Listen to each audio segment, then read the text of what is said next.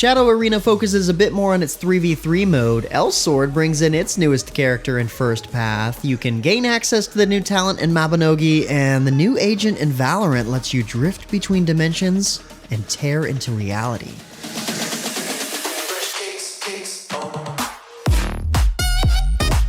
What's good, everyone? James Blunt here with your weekly recap for gaming news and announcements of the week of January 15th, 2021. And last week, we left off with Hi-Rez hitting it hard at the Hi-Rez Expo, and Riot followed up immediately with its Season 2021 preview.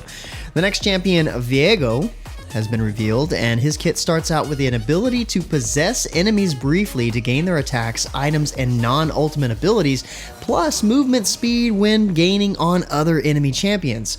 Viego also comes with a stun, a camouflage, and abilities that focus on bringing down enemies with low health. There's also been changes to ranked as the new season begins, and an ongoing vote for which champion should be updated for 2022. Guess Riot's getting started early. There's also some updates and previews for Teamfight Tactics and Legends of Runeterra, so make sure you check out the links below if you want the full details. Also with Riot, Valorant has just released its 2.0 patch, more commonly known as Episode 2. Starring in this update is the new duelist agent, Yoru. Yoru's abilities include a tether you can teleport to, a fake echo of footprints to trip up your opponents, and the ability to shift into a special dimension where Yoru can't be seen. Valorant's also taken steps to improve gameplay for its two controllers, Brimstone and Omen, an update for the rank system, and other game improvements. Whether you play the game or not, it's hard not to admit, this trailer is epic. Meanwhile, Shadow Arena is stepping back from its 40-player Battle Royale mode to focus on its 3v3 mode, Trio, after extensive player feedback and demand. As part of this major shift, Pearl Abyss has also adjusted its heroes so that each falls into one of three roles: Brawler, Dealer, and Support.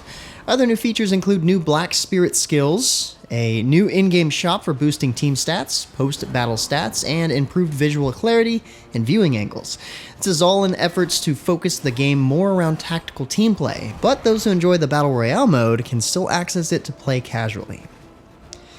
If you need a fresh take on Elsword, now's your chance. The game is releasing its newest character, Noah, who uses a sickle as a main weapon.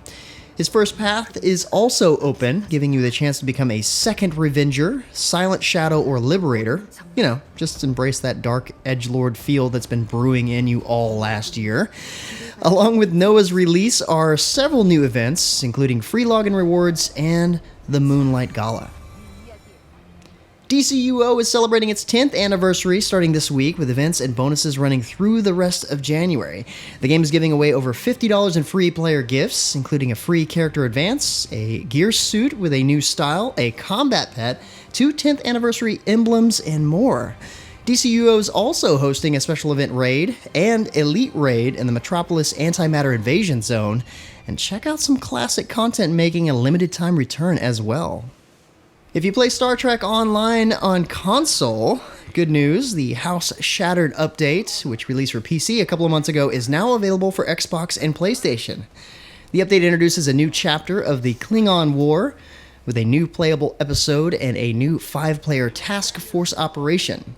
It also features 4 revamped Klingon missions from the Warzone Klingon story arc, and a special event to earn the 4-piece Imperial Rift space set. Also in the news this week, Guild Wars 2 is ready to continue the Icebrood saga with the Chapter 2 Power. The next story chapter arrives on January 19th and includes new dragon response missions at Fields of Ruin, Thunderhead Peaks, Lake Doric, and Snowden Drifts. A new global faction event begins as well with the Deldrimor Dwarves, and of course, there are new rewards including a new stretch emote, Stone Skin Infusion, and more. In other news, Aura Kingdom has just launched its patch 71 and 72 updates, introducing the Astral Challenge. Players can access floors 51 through 55 in the Sky Tower or tackle the new Eidolon Story Dungeon and Monster Story Dungeon. The game has also added a Crystal Mine event, a new chapter of the Gaia Chronicle event, and 5 new 4-star Eidolons are added to the Intimacy system to bond closer with their favorite Eidolons. Next up, Mabinogi has revealed its next update, G25 Hypernova Glyphwright, bringing new story, talent, and technique updates to the game. Players will encounter the divine beast Nukulevi, learn a powerful new technique to reduce enemies' magic defense and protection, and gain access to the new talent Glyphwriting. You can even design your own glyphs in an editor in-game, which is pretty cool. Meanwhile, Brawlhalla has just launched its 5.02 update, which includes the new legend Magyar, the Spectral Guardian. This champion uses the Greatsword and Hammer and launches with 3 skins available. The patch also includes new visual effects, balance improvements to the Greatsword, and other miscellaneous bug fixes. And finally, let's highlight this week's free game on the Epic Games Store. It's Star Wars Battlefront 2 Celebration Edition. This edition launched in late 2019 and includes the base game, over 25 hero appearances, including 6 legendary appearances, and over 125 trooper appearances, over 100 voice lines and emotes, and over 70 victory poses. Now, while the game is no longer getting regular updates, it's still a solid experience. But with that said, that's about it for all the major news and announcements for this week. Be sure to stay safe and keep your families healthy. Like always, you can find more information on the news topics linked in the description below.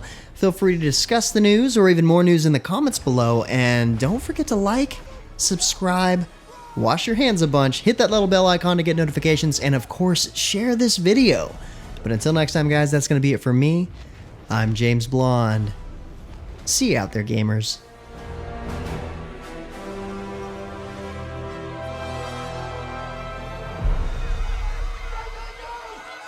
Lock it down!